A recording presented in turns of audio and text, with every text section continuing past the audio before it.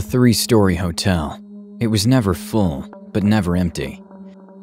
Its rooms were not luxurious, and it did not have the best location. In fact, it was right next to a national highway. That was good for business travelers, but terrible for leisure travelers. They kept hearing cars passing by all night long. I chose it for the food. That was the only thing that stood out about the place. All the Google reviews agreed that they offered homemade food at a very affordable price. And to tell the truth, I was also attracted to the price.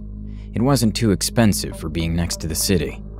I needed to spend a few days in the area because I was writing my new book and I wanted to go to different places, to get out of my comfort zone so the ideas would come to me. It usually worked for me, but I had been sleeping badly for months, so I wasn't sure it would this time. I caught a plane and then a cab. There was no other way to get to the hotel. It was clear that it was geared to clients arriving by road. Otherwise, it was impossible to stay there. As soon as I got out of the cab, I was surprised at how beautiful the exterior facade was.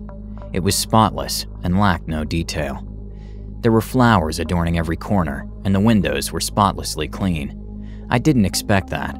I thought I would find a typical roadside bar, useful but improvable. I went in happy for what I had found outside and went to the reception.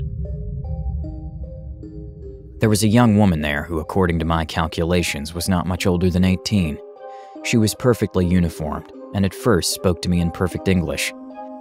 I told her I was from Spain, and she quickly switched languages, apologizing. After recording my details, she escorted me to my room. I was quite surprised with what I was seeing. I didn't understand why people didn't leave better reviews for that place, because apparently it was very good. That made me curious. It was clear that I was missing something. I went up to my room and decided to rest for a while. The trip had been long, and I needed to clear my mind to write. It was still noon, so I had time to get to know the place. I tried not to let too much light through the window and lay down on the bed. I really shouldn't have been aware of how tired I was. I woke up at 8 o'clock in the evening. It was already dark outside and I was very hungry. I was actually quite groggy. Sleeping so many hours during the day was rare for me, but I took a shower and ran downstairs to the dining room. To my surprise, there was no one there. I was all alone in a huge room with stone walls. The same receptionist who had served me in the morning brought me a small laminated sheet where I could read the menu. I wanted to try everything, but I was going to stay 2 weeks, and I didn't want to bore the food. So I opted for the pasta carbonara. I was so hungry that I needed something hearty, something that would satisfy me. And the truth is that it did. It was a very generous portion, and it was absolutely delicious. Maybe it was because of hunger, but at that moment I thought it was the best pasta I had ever eaten in my life. I was offered dessert, but I'm not much of a sweet tooth, so I declined. I simply ordered a tea and just sat there watching. I was again surprised that no one else came into the dining room.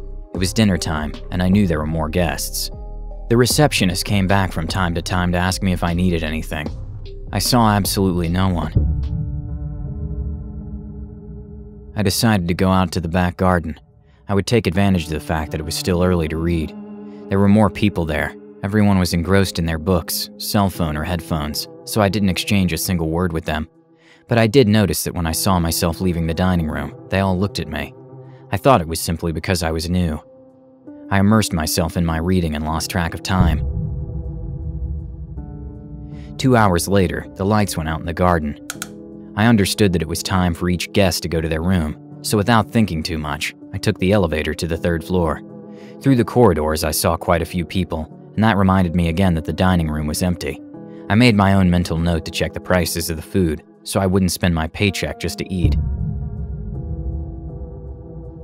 I brushed my teeth and got into bed, but after sleeping all afternoon, I knew I wasn't going to fall asleep that quickly. I grabbed my book again and plunged back into the world of the main character, Sarah. I stayed like that until I heard some strange noises in the next room. They were quite loud thumps, as if they were throwing furniture on the floor. I thought it was a couple having a heated argument, only to make up later. But suddenly I heard the door open, and the noises stopped. There were footsteps in the hallway and nothing else. How I missed having a peephole in the door. Around 4 a.m. I fell asleep.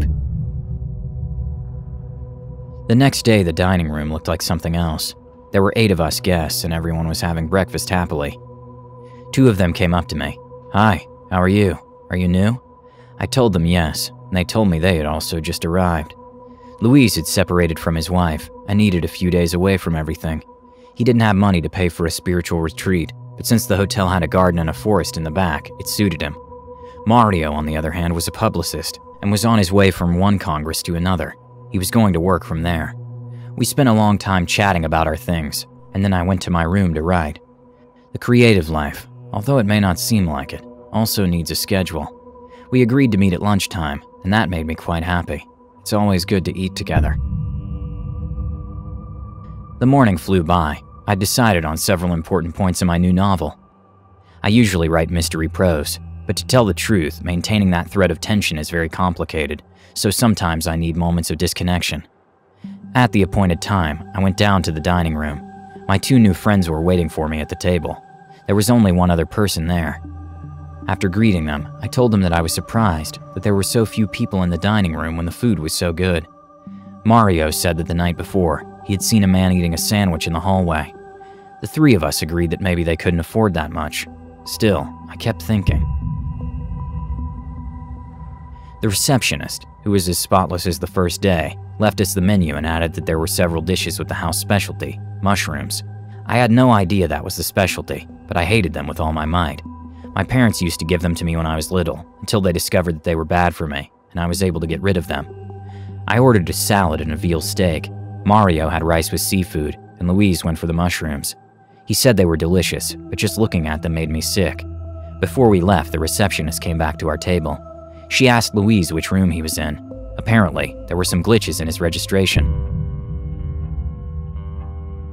The afternoon passed normally. After writing for a couple of hours, I met the guys for a walk around. Luis was feeling a bit under the weather. He said the nap had left him groggy, but he was still encouraged to walk around in the fresh air for a while. We wandered into the woods out back and discovered a large greenhouse. We wanted to look around to see what they were planting, but it was hermetically sealed on all sides. We only saw a couple of workers, but when we greeted them, they didn't even answer us. They lowered their heads and continued on their way. We laughed at their sassiness and kept walking. The surroundings were truly beautiful. There were trees of all species and lots of vegetation. We also saw a kind of shed. It was locked with padlocks and the windows had bars on them.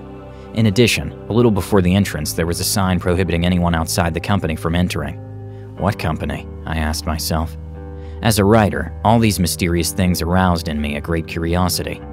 But I didn't say anything. I didn't want my new friends to think I was crazy. I shut my mouth and we continued walking. Luis was already feeling much better. The walk had been great for him. We returned just in time for dinner. We entered the dining room, but not before crossing paths with a couple of people who looked at us strangely. Now it wasn't just me who was surprised. My colleagues commented on it as well. People were surprised that we were using the hotel dining room so much. What was the point of that? We sat down, and again the receptionist brought us the menu. To tell the truth, I already knew it by heart. She insisted that we could sit separately if we wanted, but all 3 of us agreed that we preferred to eat together. Louise was offered a sautéed mushroom dish and asked us if we would like to try it this time. Mario said yes, but he wanted a tiny portion just to taste them. I continued with my disgust for those plants and asked for a fish soup. This time the receptionist wanted to check Mario's room. I fell asleep very early that night. I was awakened by a loud knock on the door at about 2 in the morning. It was Luis, who felt sick and wanted to know if I had any medicine for my stomach. He looked terrible, but I didn't have any. I rarely got sick, and when I did, it was usually a sore throat.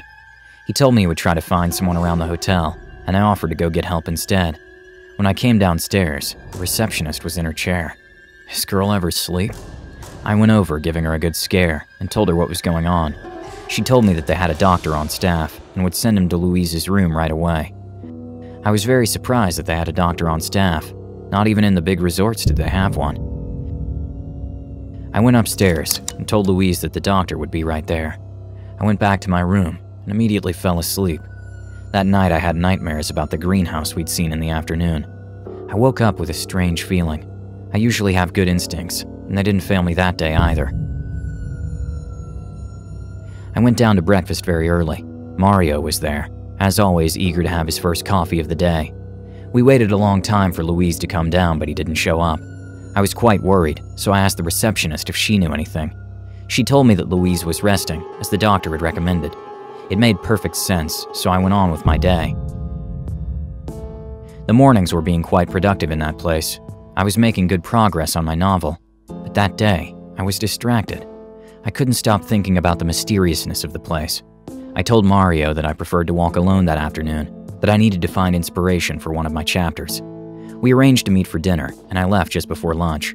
I wasn't hungry, so I thought I'd go to a supermarket and have a snack. After shopping, I went back to the back of the hotel. Everything was the same as the last time we walked there. There was no way to see what they were planting, not even a small hole in the tarp. I passed a worker who again looked away from me, but this time I insisted. "Excuse me, do you know what they plant here?" He turned and said, "You wouldn't want to know," and went on his way. His face was totally haggard, pale, and with a lot of dark circles under his eyes. I then approached the shed and accessed the back. I tried to see through the window what was inside, but I could see only black tarpaulins. They were covering some piles of dirt. Nothing looked suspicious. I decided to leave and come back at night. There were things that didn't add up, and after what the operator had told me, I needed answers. When I came back, I met Mario at the entrance. He had heard strange noises in Louise's room. That's why he had knocked on the door, but no one opened it. Later, he saw the cleaners enter his room, which now had the door wide open. No one was there. Louise would not have left without saying goodbye, so I quickly went down to reception. The young lady very kindly told me that indeed the guest in 302 had gone home to recuperate fully. She asked him to give us his regards just like that. That sounded very strange to me. And to top it off, now it was Mario who was unwell. I asked him what he had eaten, and he told me ravioli stuffed with mushrooms. Then it all made sense to me. Maybe they were using the wrong mushrooms. Or were they doing it on purpose? If they were causing indigestion among the guests, surely they had already thought about it. I still had several days left, so I would keep an eye on things. In any case, I told Mario not to eat any more mushrooms. He answered, "What are you talking about, man? They're delicious." That night, as I had planned, I went back down. I grabbed my Swiss Army knife and went first to the greenhouse. I was convinced to cut the tarp to see what was hidden inside, but something caught my eye. 2 workers were wheeling a wheelbarrow toward the shed. They opened the door and went inside. I didn't know whether to follow them or to go ahead with my plan, and in the end, I opted for the second option. I thought that if they were distracted there, they would not notice my presence. I managed to gain access to the greenhouse, and then I could read a label. Amanitas phalloides. What was that? I had no idea, but I wrote it down in my notebook and ran out of there. I hid under some bushes and waited to see if the workers would come out, but nothing. There was light in there, and for the 2 hours I was hiding, nobody came out of the shed. What could they be doing for so long? The situation became an obsession.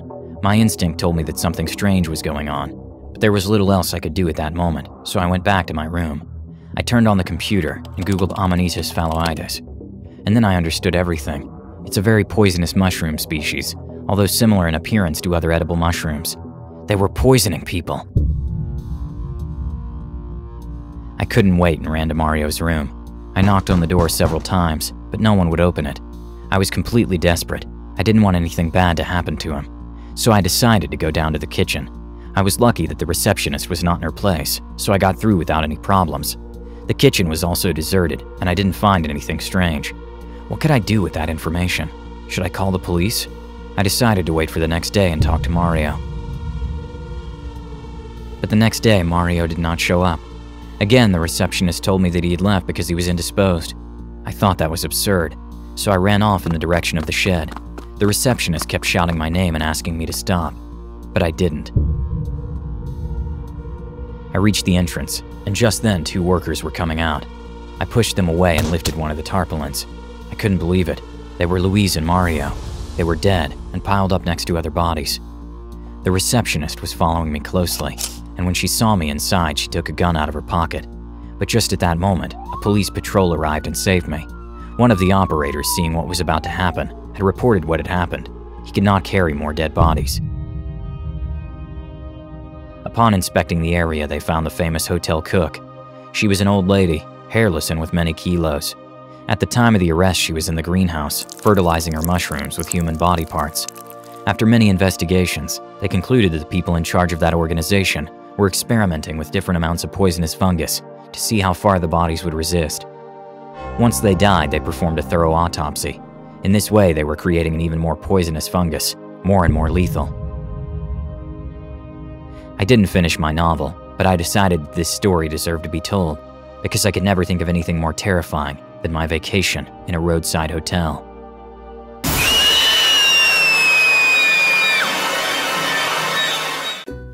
If you enjoyed this video, don't forget to like it. And if you want to see more Draw My Life videos, subscribe to our channel. See you on the next episode.